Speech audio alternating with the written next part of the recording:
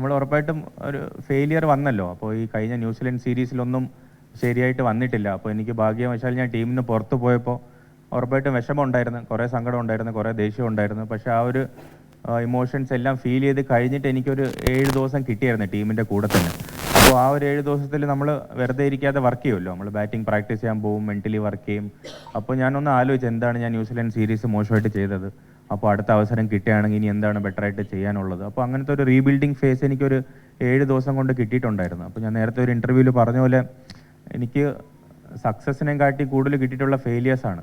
അപ്പോൾ ഈ ഫെയിലിയേഴ്സിന് പെട്ടെന്ന് തിരിച്ചു വരാൻ ഉള്ളൊരു പാഠം ദൈവം സഹായിച്ച് എനിക്ക് പഠിക്കാൻ പറ്റിയിട്ടുണ്ട്. അപ്പോൾ ആ ഫെയിലിയറിൽ നിന്ന് എനിക്ക് പെട്ടെന്ന് മനസ്സിലായി, ഓക്കെ ഇനി സക്സസ് കിട്ടാൻ വേണ്ടി എന്തൊക്കെയാണ് ചെയ്യേണ്ടത്. അപ്പോൾ അങ്ങനത്തെ കുറേ കാര്യങ്ങളൊക്കെ ചെയ്തപ്പോൾ മനസ്സിലായി കൂടുതൽ വലിച്ചടിക്കേണ്ട ആവശ്യമില്ല, ബോൾ നോക്കി ടൈം ചെയ്യാനും പറ്റുമെന്നുള്ളൊരു ടാലൻറ്റ് എനിക്കുണ്ടെന്ന് എനിക്കറിയാം. ഉറപ്പായിട്ടും കുറച്ചുകൂടെ ക്ലിയറായിട്ട് തിങ്ക് ചെയ്യാൻ പറ്റുന്നുണ്ടായിരുന്നു, കുറച്ചുകൂടെ പ്ലാൻ ചെയ്യാൻ പറ്റുന്നുണ്ടായിരുന്നു, കുറച്ചുകൂടെ എനിക്ക് എന്തൊക്കെയാണ് ഷോട്ട്സ് ഉള്ളത്, എനിക്ക് എന്തൊക്കെയാണ് ഷോട്ട്സ് ഇല്ലെന്ന്, അങ്ങനത്തെ ഒരു കാര്യങ്ങളൊക്കെ ക്ലാരിറ്റി കുറച്ചുകൂടെ ബെറ്ററായിട്ട് അപ്ലൈ ചെയ്യാൻ പറ്റിയിട്ടുണ്ടായിരുന്നു. 97 ആണെന്ന് തോന്നുന്നു, വെസ്റ്റ് ഇൻഡീസ് ആയിട്ടുള്ളൊരു മാച്ചാണ് എനിക്ക് ഏറ്റവും ക്രൂഷ്യലായിട്ട് തോന്നിയത്. കാരണം നമുക്ക് സിംബാബ്വെ മാച്ച് മുതൽ 4 മാച്ച് നോക്കൗട്ടാണ്. അപ്പോൾ ഇന്ത്യ ഒരിക്കലും ഇങ്ങനത്തെ ഒരു സിറ്റുവേഷനിൽ വേൾഡ് കപ്പ് ജയിച്ചിട്ടില്ല എന്നുള്ളൊരു സംഭവം ഡ്രസ്സിംഗ് റൂമിലൊക്കെ ചർച്ച ഉണ്ടായിരുന്നു. അപ്പോൾ വെസ്റ്റ് ഇൻഡീസ് ചേസ് ചെയ്യുമ്പോൾ ഒരിക്കലും എപ്പോഴും പ്രഷർ കൂടുതലുള്ള ഒരു സമയമാണ്. അപ്പോൾ ചേസ് ചെയ്യുമ്പോൾ ഞാൻ ഒരു സൈഡിൽ പാർട്ട്ണർഷിപ്പ് ബിൽഡ് ചെയ്യാൻ നോക്കി പെട്ടെന്ന് ഫിനിഷ് ചെയ്യാൻ നോക്കുമ്പോൾ വിക്കറ്റ് വീണുകൊണ്ടിരിക്കുന്നുണ്ടായിരുന്നു. അപ്പോൾ അത് ഒരു പ്രഷർ വീണ്ടും ബിൽഡായിക്കൊണ്ടിരിക്കും. അപ്പോൾ അത് കറക്റ്റായിട്ട് മാനേജ് ചെയ്യാൻ പറ്റി, കറക്റ്റായിട്ട് ലാസ്റ്റ് ഒരു വിന്നിങ് ഷോട്ട് വരെ കിട്ടി. അപ്പോൾ അതൊക്കെ ഒരു വലിയ സന്തോഷമുള്ളൊരു ഇന്നിങ്സ് ആയിരുന്നു. കരുതിയിരുന്നെന്ന് വെച്ചാൽ ഞാൻ എന്തായാലും കളിക്കുന്നില്ലായിരുന്നല്ലോ, ഞാൻ ഒരു മാച്ചേ കളിച്ചിട്ടുണ്ടായിരുന്നുള്ളൂ, അഭിഷേകിന് വയ്യാത്തപ്പോഴാണ് കളിച്ചത്. അപ്പോൾ ടീമിൻ്റെയും ലീഡേഴ്സിൻ്റെയും ഒരു ക്വാളിറ്റി എന്ന് വെച്ചാൽ അവർ മാക്സിമം പ്ലേയേഴ്സിനെ ബാക്ക് ചെയ്യുന്നുണ്ടായിരുന്നു. അപ്പോൾ എനിക്ക് എന്തായാലും നമ്മൾ പുറത്തിരിക്കുന്ന ആൾക്കാർ എല്ലാ മാച്ചും റെഡി ആയിരിക്കണമല്ലോ, ഒന്നും പറയാൻ പറ്റില്ല. അപ്പോൾ ആ ഒരു ഞാൻ ഭയങ്കര പ്രതീക്ഷ ഇല്ലായിരുന്നു, പക്ഷേ ഒട്ടും ഇല്ലയെന്നും അങ്ങനത്തെ ഒരു ബാലൻസിൽ അങ്ങനെ വെയിറ്റ് ചെയ്തിരിപ്പുണ്ടായിരുന്നു. ഏറ്റവും പ്രിയപ്പെട്ട ചേട്ടാ, ഞാൻ നേരത്തെ പറഞ്ഞ പോലെ ന്യൂസിലൻഡ് സീരീസ് കഴിഞ്ഞപ്പോൾ തന്നെ എൻ്റെ ഫോൺ ഓഫായി. ഞാൻ ഫോൺ ഓഫ് ചെയ്ത് എൻ്റെ സോഷ്യൽ മീഡിയ ഓഫ് ചെയ്ത് എന്നെ ആർക്കും റീച്ച് ചെയ്യാൻ പറ്റാത്തൊരു സോണിൽ ഞാൻ എത്തി. അപ്പോൾ ഞാനാകെ എൻ്റെ വൈഫ് കൂടെ ഉണ്ടായിരുന്നു, എൻ്റെ ഒരു ഫ്രണ്ട് കൂടെ ഉണ്ടായിരുന്നു.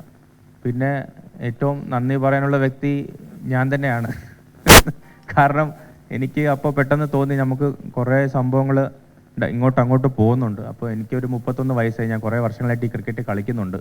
അപ്പോൾ ഈ സിറ്റുവേഷനിൽ നിന്ന് പുറത്ത് എങ്ങനെ വരണമെന്ന് ഏറ്റവും ബെസ്റ്റ് ആൻസർ തരാൻ പറ്റിയ ഞാൻ തന്നെ ആയിരിക്കുമെന്ന് എനിക്ക് പെട്ടെന്ന് തോന്നി.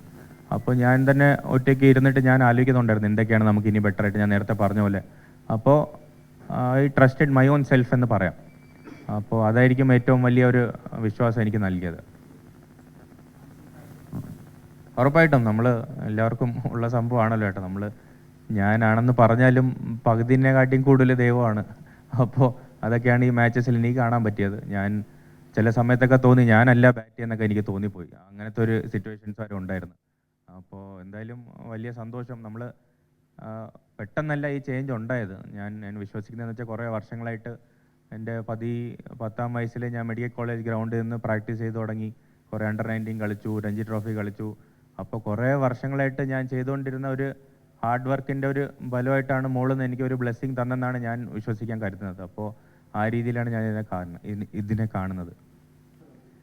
ചെറിയൊരു സ്ലൈറ്റ് അഡ്ജസ്റ്റ്മെൻറ്റ് നടത്തിയായിരുന്നു വേൾഡ് കപ്പിന് വേണ്ടി മാത്രം. അപ്പോൾ മെൻ്റലിയും അഡ്ജസ്റ്റ്മെൻറ്റ് നടത്തിയായിരുന്നു, ഫിസിക്കലിയും കുറച്ച് ചെറിയ ടെക്നിക്കൽ അഡ്ജസ്റ്റ്മെൻറ്റ് ഞാൻ തന്നെ കുറച്ചൊന്ന് ആലോചിച്ച് ചെയ്തിട്ടുണ്ടായിരുന്നു. പറഞ്ഞാൽ കൂടുതൽ ആലോചിക്കുന്നില്ല കേട്ടോ, വലിയ സംഭവമാണ് നടന്നിരിക്കുന്നത്. അപ്പോൾ അത് സന്തോഷിക്കുക, അത് മാക്സിമം എൻജോയ് ചെയ്യുക. കാരണം നമ്മൾ കുറച്ച് ആലോചിക്കുന്നുണ്ട്, കുറച്ച് നമ്മൾ ക്രിക്കറ്റ് ആയാലും ഏതൊക്കെ കരിയർ ആണെങ്കിലും നമുക്കൊന്ന് കിട്ടാൻ നമ്മൾ ഭയങ്കര പാടുപെടും.